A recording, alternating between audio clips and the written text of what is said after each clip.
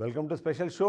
Underline scam అన్న దాన్ని మరొక దాన్ని నేను తెరపైకి తీసుకొచ్చే ప్రయత్నం చేశాను. గత వారం రోజుల నుంచి మనము చాలా క్లియర్గా విద్యుత్ శాఖలో జరుగుతున్న అవినీతి, అక్రమాలు, అధికారులు చేస్తున్న కార్యక్రమాలు, తద్వారా ప్రజలకు జరుగుతున్న నష్టాలు, వీటన్నిటి గురించి మనం డిస్కస్ చేస్తూనే ఉన్నాము. ముఖ్యంగా టవర్ల నిర్మాణం పేరుతో ఎలా దాదాపుగా 343 కోట్ల రూపాయలు, అందులో నుంచి 200 కోట్ల రూపాయలు సొంత జోబులకు వెళ్ళేలాగా అధికారులు అలాగే గుత్తేదారులు కలిపి ఎలా ప్లాన్ చేశారు, ఆ ప్లాన్ ఎలా ఇంప్లిమెంట్ చేసే ప్రయత్నం చేస్తున్నారు అనేది మనం ఎక్స్పోజ్ చేస్తున్నాం. ఇప్పుడు మరో కొత్త తరహా స్కామ్కు సంబంధించిన వివరాలు ఇప్పుడు నేను ఇవ్వబోతున్నాను. ఇది అండర్లైన్ స్కామ్ అన్నది చాలా క్లియర్గా తెరపైకి వచ్చే ప్రయత్నం జరుగుతుంది. ఎందుకంటే ఇది ఆల్రెడీ ఇప్పటికే టెండర్లు కంప్లీట్ అయిపోయినాయి. ఆ టెండర్లు కంప్లీట్ అయిన నేపథ్యంలో ఇది ఎందుకు స్కామ్ అయిందన్న విషయాన్ని కూడా నేను మీకు ఎక్స్ప్లెయిన్ చేస్తాను.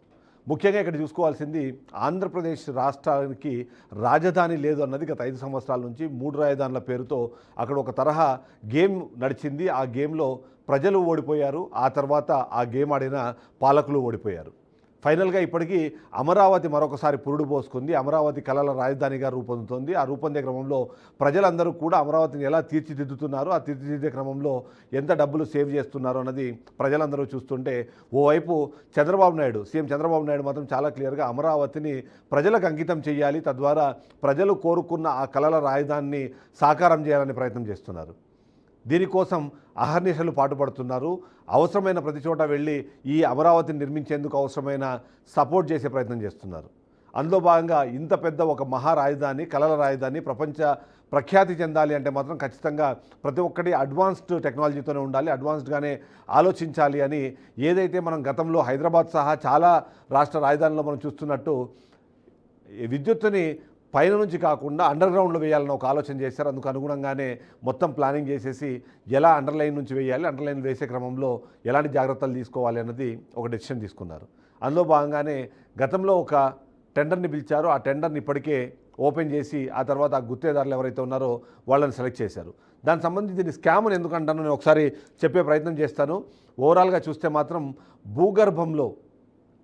భూగర్భంలో విద్యుత్తుని వెళ్ళేలాగా లైన్లకు సంబంధించిన టెండర్లకు సంబంధించిన ఉల్లంఘన ఉంది. ఉల్లంఘన ఎందుకు ఉంది అని చెప్పాలి అంటే, ఏదైతే మొదటి నుంచి కూడా చాలా క్లియర్గా ఒక టెండర్ అన్నది కాల్ఫర్ చేసినప్పుడు దానికి సంబంధించి ముఖ్యంగా ఏదైతే మనం చూస్తున్న విద్యుత్ శాఖకు సంబంధించి ఏపీఈఆర్సీ కొన్ని రేట్లని నిర్ధారిస్తుంది.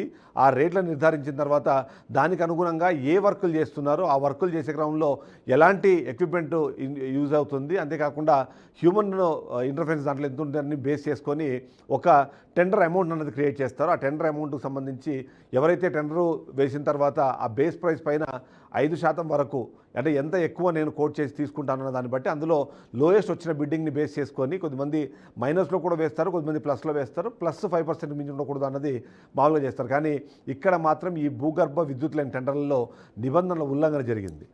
ఉల్లంఘన చేసే క్రమంలోనే దీన్ని స్కామ్ అని ఎందుకు అంటున్నాము అంటే, దానికి కావాల్సిన అవకాశాన్ని బట్టి చేస్తుంటారు. దీంట్లో కూడా తమ అస్మదీయులకి ఈ సిఆర్డీఏ ఓవైపు చంద్రబాబు నాయుడు అవినీతి లేకుండా దీన్ని పర్ఫెక్ట్గా నడపాలని ప్రయత్నం చేస్తున్నారు, కళ్ళ రాజధానిని సాకారం చేయాలనే ప్రయత్నం చేస్తున్నారు. సాకారం చేసే క్రమంలో ఎలాంటి అవకతవకలకు తావు లేకుండా ఉండేలాగా గ్లోబల్ టెండర్లు పిలుస్తున్నారు. టెండర్లో పార్టిసిపేట్ చేసే వాళ్ళలో బెస్ట్ ఎవరైతే ఉన్నారో వాళ్ళని L1గా నిర్ణయించి వాళ్ళకి ఇవ్వాలని ప్రయత్నం చేస్తుంటే, అధికారులు మాత్రం ఉన్న నిబంధనలు పాటించకుండా ఆ నిబంధనలో ఉన్న చిన్నపాటి లొసుగులను ఉపయోగించుకొని దాదాపుగా 114.68 కోట్లు దోచిపెట్టేలాగా ఒక నిర్ణయం తీసుకున్నారు. ఆ నిర్ణయం తీసుకోవడం ద్వారా కొద్దిమందికి లాభం జరుగుతుంది, కానీ ఆ లాభం జరిగే క్రమంలో ప్రజలు దీనివల్ల నష్టపోతారు. ఆ నిబంధనలు ఎలా తుంగలో తొక్కారన్నది కూడా నేను ఎక్స్ప్లెయిన్ చేసే ప్రయత్నం చేస్తాను. ఇది జనరల్గా చూసినప్పుడు ఏదైనా టెండర్ వచ్చినప్పుడు దానికి సంబంధించి 5% మించి ఉండకూడదు అన్నది రూల్ ఉంది. కానీ జీవో నెంబర్ 133 ఏదైతే 2004లో రిలీజ్ అయిన జీవో నెంబర్ 133 ప్రకారము ఏదైనా ఒక టెండర్ కాల్ఫర్ చేసినప్పుడు దాంట్లో 5% మించి టెండర్ వేయడానికి అవకాశం ఉండదు. 5% మించి టెండర్ వేసినప్పుడు 1, 2 ప్రయత్నాలు చేసిన తర్వాత కూడా ఒకవేళ 5% మించి ఎవరైనా కానీ ఒకవేళ టెండర్ చేస్తే ఆ టెండర్ని రద్దు చేయాలి. రద్దు చేసి దానికి సంబంధించిన నివేదికని ప్రభుత్వానికి నివేదించాల్సిన అవసరం ఉంటుంది. ఎందుకంటే టెండర్ మనం ఈ రేటుకి కాల్ఫర్ చేసాము, అయితే 5% కన్నా ఎక్కువ కోట్ చేస్తున్నారు కాబట్టి దీని మీద నిర్ణయం తీసుకోండి అని చెప్పేసి చెప్తూ ఉంటారు. అందుకని అట్లాంటి వాటిని టెండర్ రద్దు చేసి తీసుకొని వెళ్ళాలి. అయితే ఇప్పుడు మనం మాట్లాడుతున్నది మాత్రము ఏదైతే అండర్ గ్రౌండ్ కాంట్రాక్ట్కి సంబంధించిన ఇష్యూ మాట్లాడితే, మనము కాంట్రాక్ట్ విలువ కన్నా దాదాపుగా 9-8% ఒక టెండరు, 8.99% ఇంకో టెండరు అధిక ధరలను కోట్ చేసి మరి ఈ సంస్థలు టెండర్ దక్కించుకునే ప్రయత్నం చేశాయి.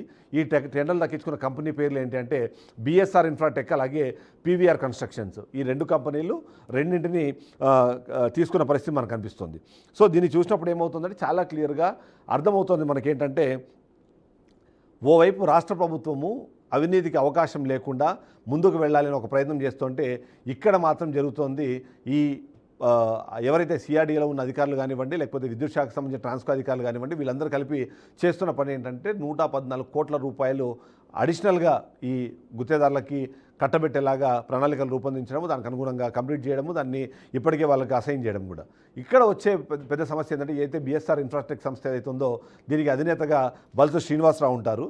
అలాగే మనము ఇంతకుముందు చెప్పినట్టు పీవీఆర్ కన్స్ట్రక్షన్స్కి అధినేతగా కె రామచంద్రరావు ఉంటారు. వీళ్ళిద్దరూ కూడా ఏం చేస్తున్నారు అంటే, వీళ్ళిద్దరూ అధినేత చంద్రబాబు నాయుడుకి మేము సన్నిహితులమని చెప్తున్నారు. ఈ మనం టెండర్ విషయాన్ని గమనించడం కూడా 144 కోట్లకు సంబంధించి చూసినా కూడా 8.98% ఎక్స్ట్రా కోట్ చేసిన బిఎస్ఆర్ ఇన్ఫ్రాటెక్ 1,082.44 కోట్ల రూపాయల విలువైన పనులని ఇప్పటికే దక్కించుకుంది. మరొకటి ఏదైతే మనం చెప్పినట్టుగా పీవీఆర్ కన్స్ట్రక్షన్స్ మాత్రం 8.99% కోట్ చేసి 390 కోట్ల 6 లక్షల కోట్ల విలువైన పనులని దక్కించుకున్న పరిస్థితి మనకు కనిపిస్తుంది. ఓవరాల్గా చూస్తే అమరావతిలో తీసుకున్న దాన్ని ఏదైతే ఉందో కేవలం వీళ్ళు ఉన్న ఎలిజిబిలిటీల్లో వీళ్ళు చెప్తున్న మాట సీఎం చంద్రబాబు నాయుడు సన్నిహితులం అంటూ చెప్పి అధికారులపైన ఒత్తిడి తీసుకొని వచ్చి ఈ అధిక ధరలను కోట్ చేయడం కానివ్వండి, ఆ కోట్ చేసిన ధరలను యాక్సెప్ట్ చేస్తూ నిర్ణయం తీసుకోవడం కానివ్వండి రెగ్యులర్గా జరుగుతుంది. ఈ శాంక్షన్ చేయడం పైన కూడా ఇప్పటికే విమర్శల నేపథ్యంలో అసలు ఏం జరుగుతోంది, ఏంటి ఈ సిచ్యువేషన్ అని చెప్పి కూడా మనం చూడాల్సిన పరిస్థితి మనకు కనిపిస్తుంది. ఓవరాల్గా చూస్తే ఇందులో మొదటి టెండర్ ఏదైతే ఉందో టెండర్ నోటీసు నెంబర్ EHVT 40/2024 అన్నది మనకి రిలీజ్ చేశారు. దీంట్లో చాలా క్లియర్గా 400 kV DC లైన్ని VDPS నుంచి సత్తెనపల్లి వరకు ఉన్నదాన్ని తీసి 18 కిలోమీటర్ వరకు ఉంటుంది. ఎగ్జిస్టింగ్ PGCIL 400 kV DC లైన్స్ని నున్నా నుంచి VTPS నెల్లూరు దాకా వీటిని 20 కిలోమీటర్లు ఈ రెండింటినీ చేయాలనే దాంట్లో జరుగుతున్న నేపథ్యంలో 357 కోట్ల రూపాయల అంచనా వ్యయం ఉంటే దీన్ని పెంచుకుంటూ పోయి దానికి వాళ్ళకి అనుకూలంగా దీన్ని తీసుకెళ్లే ప్రయత్నం చేస్తున్నారు.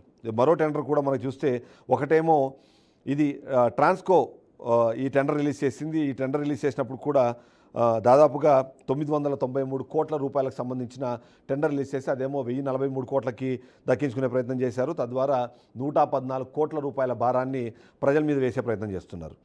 అంటే ఇక్కడ చాలా క్లియర్గా అర్థమవుతోంది. ఒకటి, రాష్ట్ర ప్రభుత్వం ఏమో అవినీతికి తావు లేకుండా, అవినీతికి అవకాశం లేకుండా నడపాలనే ప్రయత్నం చేస్తుంటే, ఇక్కడ జరుగుతోంది మాత్రం అధికారులు, టెండర్దారులు వీళ్ళందరూ కలిపి కుమ్మక్కయ్యి రాష్ట్ర ప్రజల ఖజానాను దోచుకునే ప్రయత్నం చేస్తున్నారు. ఆ దోచుకునే ప్రయత్నంలో అందరినీ భాగస్వాములు చేసుకుంటున్నారు. అంతేకాకుండా డైరెక్ట్గా అధినేతని, అంటే ఏదైతే మనం చూస్తున్నామో సీఎంఏ మా ఫ్రెండ్ అని చెప్పుకొని మరి ఇది చేసే ప్రయత్నం చేస్తున్నారంటే అర్థం చేసుకోవచ్చు ఇది ఎలా వెళ్తోంది అన్నది. దీనిపైన మరింత సమాచారం అందించడానికి మా ఏపీ బ్యూరో చీఫ్ సాంబశివరావు లైవ్లో సిద్ధంగా ఉన్నారు. ఒకసారి తనతో కూడా మాట్లాడే ప్రయత్నం చేద్దాం. సాంబశివరావు, మనం చూస్తున్నాము వైపు ప్రభుత్వం చాలా క్లియర్గా అవినీతికి అవకాశం ఉండకూడదు, పారదర్శకంగా టెండర్ల ప్రక్రియ జరగాలి, ఆ టెండర్ల ప్రక్రియ జరిగిన తర్వాత ప్రజలకు మనం జవాబుదారీగా ఉండాలి అని ఒక ఆలోచన చేస్తుంటే, ఇక్కడ జరుగుతోంది మాత్రం అధికారులు, గుత్తేదారులు వీళ్ళందరూ కలిసి ఈ చిన్న లొసుగుల్ని యూజ్ చేసుకొని ఇలా వందలాది కోట్ల రూపాయలు దోచుకునే ప్రయత్నం చేస్తున్నారు. ఎలా చూడాలంటారు? ఏం జరుగుతుంది అసలు? ఇక్కడ మనం గమనించాల్సిన అంశం ఒకటే ఉంది.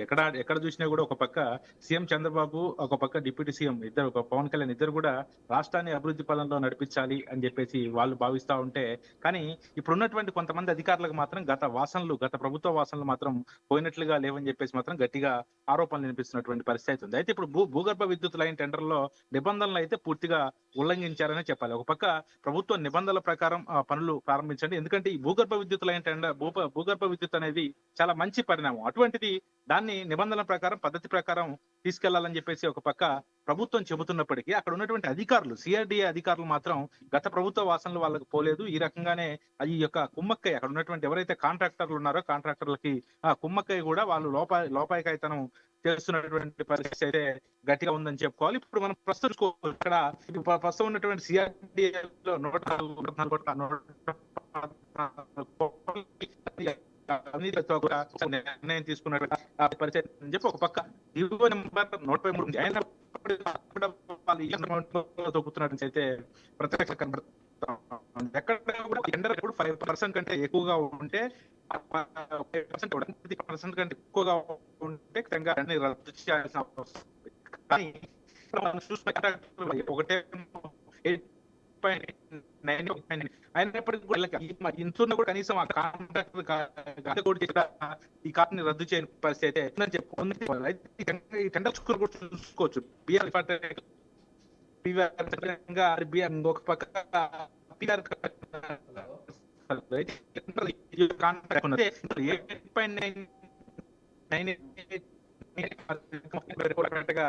అదేవిధంగా 8.9 చేసిన 300 కోట్ల రూపాయలు కట్టబెట్టారు. ఇక్కడ చూసుకోవచ్చు ఇక్కడ ఉన్నటువంటి ఎవరైతే టెండర్ వారు కూడా ఒక పక్క సీఎం చంద్రకి పరిస్థితి అవుతుంది. అయితే ఒక పక్క సీఎం చంద్రబాబు చెప్తూ వాళ్ళు ఇక్కడ ఉన్నటువంటి ఎవరైతే అధికారులను గురి చేస్తా ఉన్నారని చెప్పేసి కూడా పరిస్థితి అవుతుంది.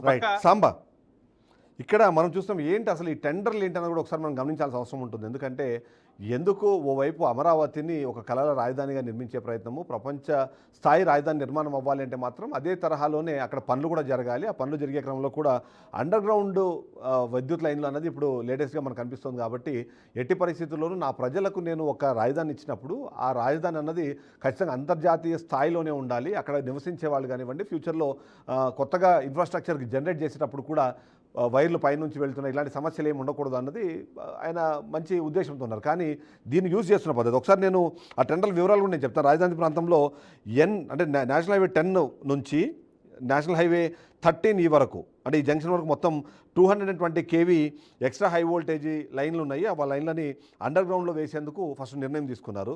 దానికి సంబంధించి 993.25 కోట్ల రూపాయలను కాంట్రాక్ట్ విలువగా సిఆర్డీఏ నిర్ధారించిన సిచ్యువేషన్ మనకు కనిపిస్తుంటే, అదే సందర్భంలో ఏపీ ట్రాన్స్కో 18 కిలోమీటర్ల పొడవున దాదాపుగా 400 kV DC direct current lines ఏవైతే ఉన్నాయో మిగిలిన పనులన్నీ కంప్లీట్ చేసేలాగా దీనికి 283 కోట్ల రూపాయలు చేశారు. కానీ వీటిని వీళ్ళు తక్కించుకున్నది ఓవైపు జిఓఎంఎస్ నెంబరు 133/204 2004 అనేది చాలా క్లియర్గా చెప్తోంది. 5% మించి ఎట్టి పరిస్థితుల్లోనూ మీరు ఇవ్వకూడదు అన్నది. ఇక్కడేమో 8.98 ఒకరు, 8.99 ఒకరు, ఇద్దరు మాట్లాడేసుకొని అదేదో అందరూ కలిసి కూర్చొని కదా డిసైడ్ చేసినట్టుగా చేయడం అన్నది చూస్తుంటే చాలా క్లియర్గా ఇక్కడ అవినీతికి ఆస్కారం ఉండేలాగా ఈ మొత్తం వ్యవహారం నడిచింది అన్నది మనకు చాలా క్లియర్గా అర్థమవుతుంది. సో ఏంటి అంటే ఇప్పుడు ఓవైపు ఆల్రెడీ ఉన్న ఇన్స్ట్రక్షన్స్, జీవో ఉంది, ఓవైపు చంద్రబాబు నాయుడు గారు కానివ్వండి లేకపోతే పవన్ కళ్యాణ్ కానివ్వండి చాలా క్లియర్గా అవినీతికి ఆస్కారం లేకూడదు అనుకున్నప్పుడు ఈ అధికారులకు ఏంటి ఆ ధైర్యం? ఈ గుత్తేదారులు ఏం చెప్పి వాళ్ళని కన్విన్స్ చేస్తున్నారంటారు? మీరు చెప్పిన విధంగా, ఎందుకంటే ఏపీ ప్రభుత్వం అన్ని చూసాం మనం ప్రత్యక్షంగా. కాకపోతే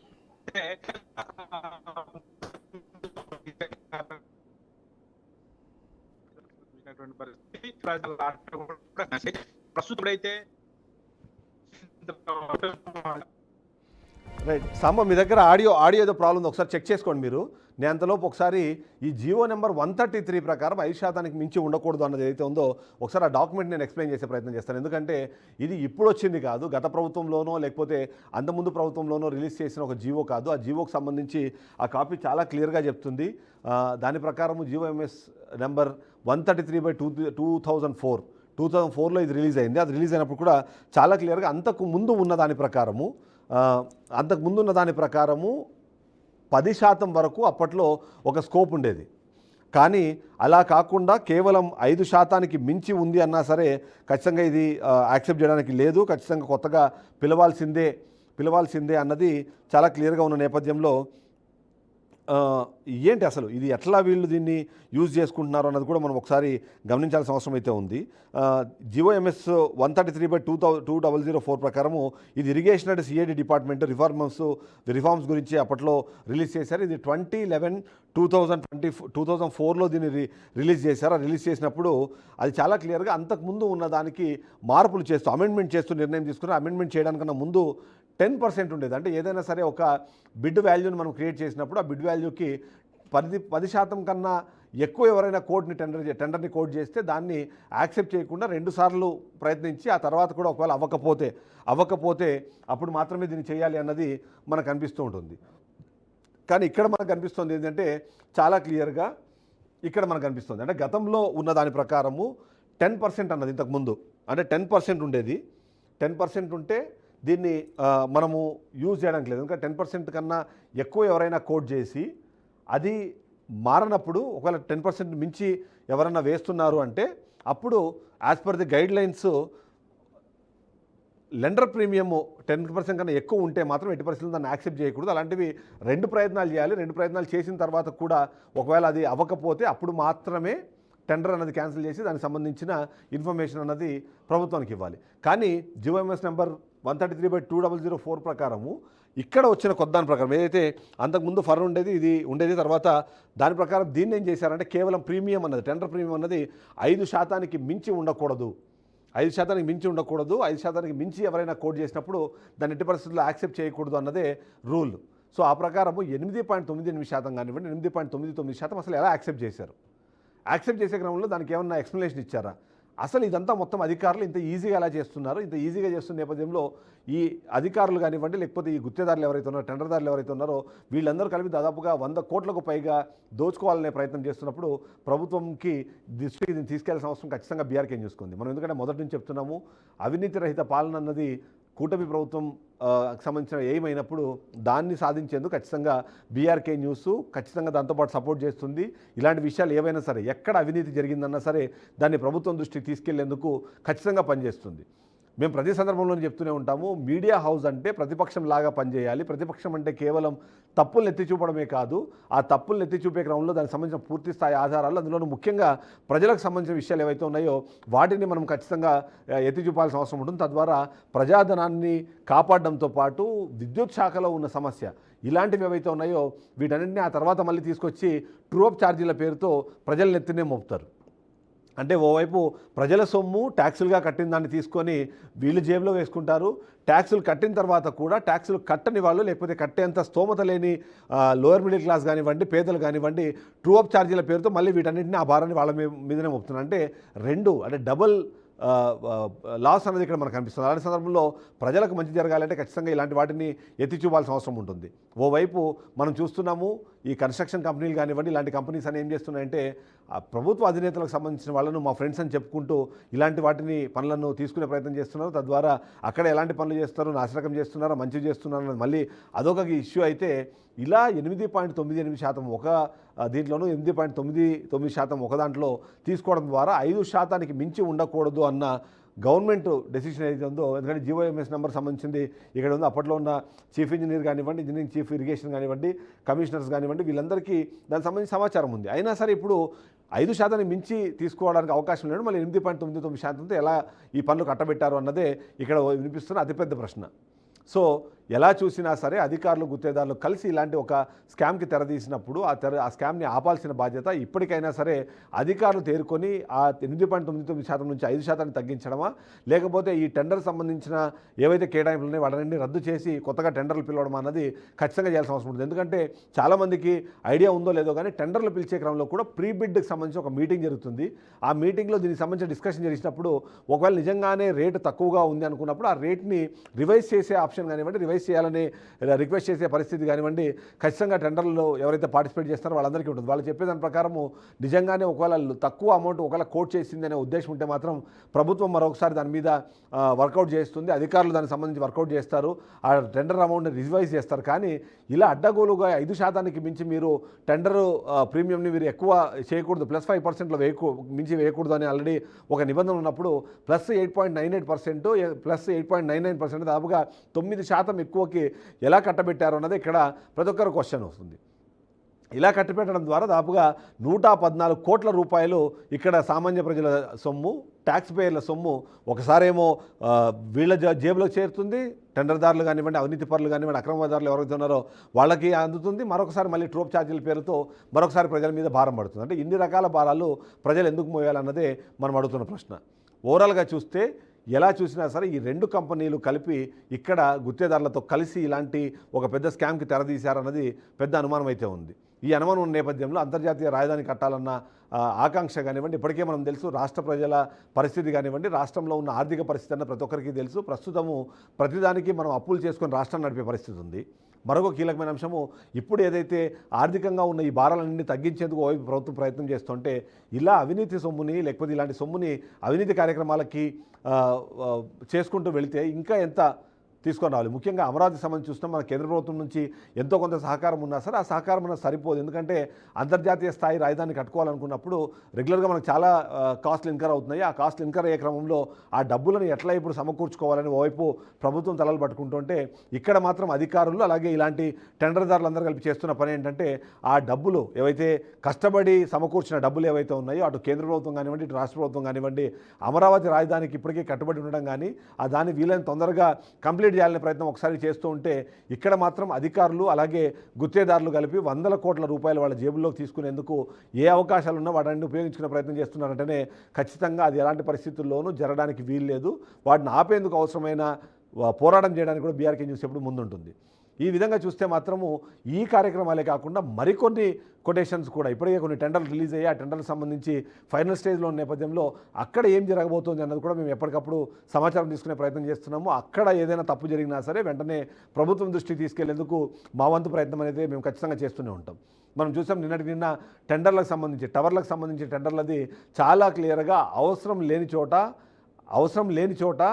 లేని పరిస్థితుల్లో కూడా వాటిని వేసి దాదాపుగా 200 కోట్ల రూపాయలు దండుకునే ప్రయత్నం చేస్తుంటే, ఇక్కడేమో ఇప్పటికే 114 కోట్ల రూపాయలు అందించేందుకు అవసరమైన చర్యలు చేపట్టిన పరిస్థితి మనకు కనిపిస్తుంది.